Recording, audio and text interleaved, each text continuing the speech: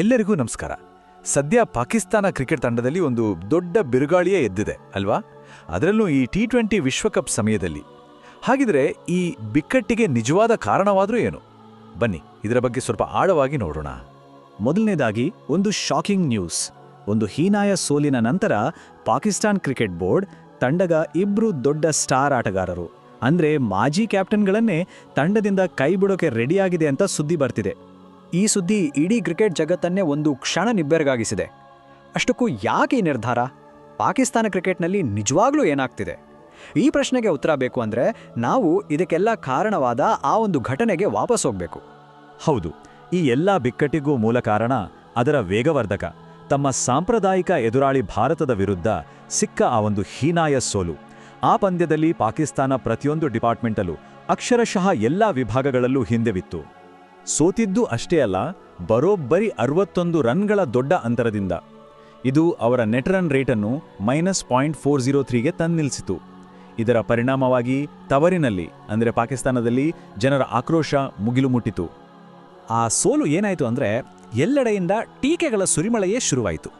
Fans, media ಎಲ್ಲಕ್ಕಿಂತ ಹೆಚ್ಚಾಗಿ ಪಾಕಿಸ್ತಾನ ಕ್ರಿಕೆಟ್ನ ದಿಗ್ಗಜರೇ ಧ್ವನಿ ಎತ್ತಿದ್ರು. ಇದನ್ನೋಡಿ, ಎಷ್ಟು ನೇರವಾದ ಮಾತು. ರಾವಲ್ಪಿಂಡಿ ಎಕ್ಸ್‌ಪ್ರೆಸ್ ಅಂತಾನೆ ಫೇಮಸ್ ಆಗಿರೋ ಶೋಯಿಬ್ ಅಖ್ತರ್ ಸ್ವಲ್ಪಾನೂ ಹಿಂದೆ ಮುಂದೆ ನೋಡದೆ ಅವನು ಅಸಮರ್ಥ, ಅಜ್ಞಾನಿ, ಪಾಕಿಸ್ತಾನ ಕ್ರಿಕೆಟನ್ನೇ ನಾಶ ಮಾಡ್ತಿದ್ದಾನೆ ಅಂತ ನೇರವಾಗಿ PCB ಚೇರ್ಮನ್ಗೆ ಹೇಳಿದ್ದಾರೆ. ಅಂದ್ರೆ ತಂಡದ ಈ ಸ್ಥಿತಿಗೆ PCB ನಾಯಕತ್ವವೇ ಕಾರಣ ಅಂತ ಬೆರಳು ಮಾಡಿ ತೋರಿಸಿದ್ದಾರೆ. ಇನ್ನು ಮಾಜಿ ನಾಯಕ ಮೊಹಮ್ಮದ್ ಯೂಸುಫ್ ಕೂಡ ಸುಮ್ಮನೆ ಕೂರ್ಲಿಲ್ಲ. ಅವರು ಸೋಷಿಯಲ್ ಮೀಡಿಯಾದಲ್ಲಿ ಶಾಹೀನ್, ಬಾಬರ್, ಶಾದಾಬ್ಗೆ ಸ್ವಲ್ಪ ರೆಸ್ಟ್ ಕೊಡಿ, ಪಾಕಿಸ್ತಾನದ T20 ಟೀಮ್ಗೆ ಹೊಸ ಪರ್ಫಾರ್ಮರ್ಗಳು ಬೇಕು ಅಂತ ಹೇಳಿ ಸಂಪೂರ್ಣ ಬದಲಾವಣೆಗೆ ಆಗ್ರಹಿಸಿದ್ದಾರೆ. ಇವರಿಬ್ಬರೇ ಅಲ್ಲ, ಶಾಹಿದ್ ಅಫ್ರಿದಿ, ರಮೀಜ್ ರಾಜಾ, ಶೋಯಿಬ್ ಮಲಿಕ್, ಕಮ್ರಾನ್ ಅಕ್ಮಲ್, ಬಸಿತ್ ಅಲಿ, ಹೀಗೆ ಒಬ್ರಲ್ಲ ಇಬ್ರಲ್ಲ ಹಲವಾರು ದಿಗ್ಗಜರು ಇದೇ ರೀತಿ ಧ್ವನಿ ಎತ್ತಿದ್ದಾರೆ. ಎಲ್ಲರೂ ಬಾಬರ್ನ ಸ್ಟ್ರೈಕ್ ರೇಟ್ ಮತ್ತು ತಂಡದ ಸೋಲಿಗೆ ನಾಯಕತ್ವ, ತಂತ್ರಗಾರಿಕೆ ಸರಿಯಿಲ್ಲ ಅಂತ ಟೀಕಿಸಿದ್ದಾರೆ. ಅಷ್ಟೇ ಅಲ್ಲ, ಭಾರತದ B ಅಥವಾ C ಟೀಮ್ ಕೂಡ ಪಾಕಿಸ್ತಾನವನ್ನು ಸೋಲಿಸಬಹುದು ಅನ್ನೋ ಮಟ್ಟಕ್ಕೆ ಮಾತಾಡಿದ್ದಾರೆ. ಸರಿ, ಈ ಟೀಕೆಗಳು ಕೇವಲ ಮಾಜಿ ಆಟಗಾರರು ಮತ್ತೆ ಜನರಿಗೆ ಮಾತ್ರ ಸೀಮಿತವಾಗಿರಲಿಲ್ಲ. ಇದು ನಿಧಾನವಾಗಿ ದೊಡ್ಡದಾಗಿ ಕ್ರಿಕೆಟ್ ಬೋರ್ಡಿನ ಉನ್ನತ ಮಟ್ಟಕ್ಕೆ ತಲುಪಿ ಕೊನೆಗೆ ಸರ್ಕಾರದ ಹಸ್ತಕ್ಷೇಪದವರೆಗೂ ಹೋಯಿತು. ಈ ಎಲ್ಲ ವಿವಾದದ ಕೇಂದ್ರ ಬಿಂದು ಆಗಿದ್ದು PCB ಚೇರ್ಮನ್ ಮೊಹಸಿನ್ ನಖ್ವಿ. ಇವರ ಮೇಲೆ ತುಂಬಾ ಆರೋಪಗಳಿವೆ. ಮ್ಯಾಚ್ಗಿಂತ ಮುಂಚೆ ದೊಡ್ಡ ದೊಡ್ಡ ಹೇಳಿಕೆಗಳನ್ನು ಕೊಟ್ಟು ತಂಡದ ಮೇಲೆ ಅನಾವಶ್ಯಕ ಒತ್ತಡ ಹಾಕಿದ್ರು ಅಂತ. ಅಷ್ಟೇ ಅಲ್ಲ, ಸೋತ ಮೇಲೆ ಆಟಗಾರರು ಮತ್ತೆ ಕೋಚ್ಗೆ ಬೈದಿದ್ದಾರೆ ಅಂತಾನೂ ವರದಿಯಾಗಿದೆ. ಹಾಗಿದ್ರೆ ಆ ಸ್ಟಾರ್ ಆಟಗಾರರನ್ನ ಕೈಬಿಡೋ ನಿರ್ಧಾರ ಏನಿದೆ, ಅದು ಕೇವಲ ಕ್ರಿಕೆಟ್ಗೆ ಸಂಬಂಧಪಟ್ಟ ನಿರ್ಧಾರ ಅಲ್ಲ ಅನ್ನೋದು ಇಲ್ಲಿ ಮುಖ್ಯ. ಜನರ ಆಕ್ರೋಶ ಜಾಸ್ತಿ ಆದಾಗ ಪಾಕಿಸ್ತಾನ ಸರ್ಕಾರದ ಕಡೆಯಿಂದ PCB ಮೇಲೆ ಭಾರೀ ಒತ್ತಡ ಬಂತು. ಅದಕ್ಕಾಗಿಯೇ ಬೋರ್ಡ್ ಇಂತಹ ಕಠಿಣ ಕ್ರಮಕ್ಕೆ ಮುಂದಾಗಿದೆ ಅಂತ ಹೇಳಲಾಗ್ತಿದೆ. ಈ ಎಲ್ಲ ಗೊಂದಲ, ಗಲಾಟೆ, ಒತ್ತಡದ ನಡುವೆ ಪಾಕಿಸ್ತಾನದ ಮುಂದಿರೋದು ಒಂದೇ ಒಂದು ದಾರಿ. ಒಂದು ಮಾಡು ಇಲ್ಲವೇ ಮಡಿ ಪಂದ್ಯ. ಹೌದು, ನಮೀಬಿಯಾ ವಿರುದ್ಧದ ಮುಂದಿನ ಮ್ಯಾಚ್ T20 ವಿಶ್ವಕಪ್ನಲ್ಲಿ ಪಾಕಿಸ್ತಾನದ ಭವಿಷ್ಯವನ್ನೇ ನಿರ್ಧಾರ ಮಾಡುತ್ತೆ. ಈಗ ಸ್ವಲ್ಪ ಪಾಯಿಂಟ್ಸ್ ಟೇಬಲ್ ಕಡೆ ನೋಡೋಣ. ಸದ್ಯಕ್ಕೆ ಪಾಕಿಸ್ತಾನ ಮತ್ತು USA ಎರಡೂ ತಂಡಗಳು 4 ಪಾಯಿಂಟ್ಸ್ ಹೊಂದಿವೆ. ಆದರೆ USA ನೆಟ್ ರನ್ ರೇಟ್ +0.787 ಇದ್ದರೆ ಪಾಕಿಸ್ತಾನದ್ದು -0.403 ಇದೆ. ಅಂದರೆ ರನ್ ರೇಟ್ನಲ್ಲಿ ಪಾಕಿಸ್ತಾನ ತುಂಬ ಹಿಂದೆ ಇದೆ. ಹಾಗಿದ್ರೆ ಸೂಪರ್ ರೇಟ್ಗೆ ಹೋಗೋಕ್ಕೆ ಪಾಕಿಸ್ತಾನದ ಮುಂದಿರೋ ದಾರಿ ಏನು?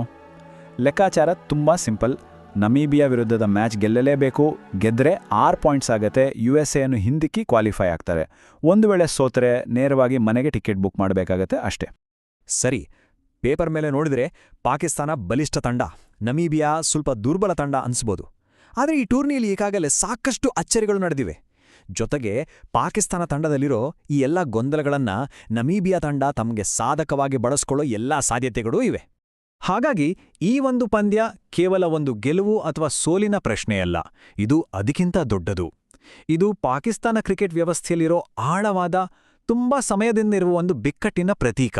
ಒಮ್ಮೆ ಪಾಕಿಸ್ತಾನದ T20 ವಿಶ್ವಕಪ್ ಇತಿಹಾಸ ನೋಡಿ.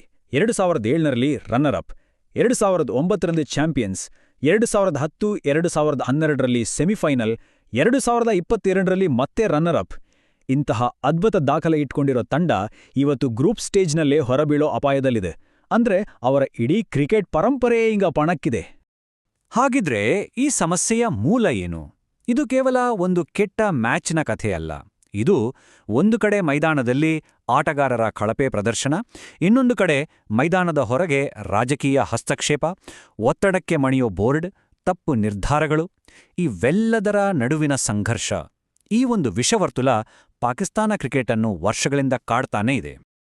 ಕೊನೆಯದಾಗಿ ಹೇಳದಾದ್ರೆ, ನಮೀಬಿಯಾ ವಿರುದ್ಧದ ಮುಂದಿನ ಪಂದ್ಯ ಕೇವಲ ಈ ಟೂರ್ನಿಯಲ್ಲಿ ಮುಂದೆ ಹೋಗೋಕ್ಕಷ್ಟೇ ಅಲ್ಲ, ಅದು ಪಾಕಿಸ್ತಾನ ಕ್ರಿಕೆಟ್ನ ಆತ್ಮ ಮತ್ತು ಭವಿಷ್ಯಕ್ಕಾಗಿ ನಡೆಯೋ ಒಂದು ದೊಡ್ಡ ಹೋರಾಟ.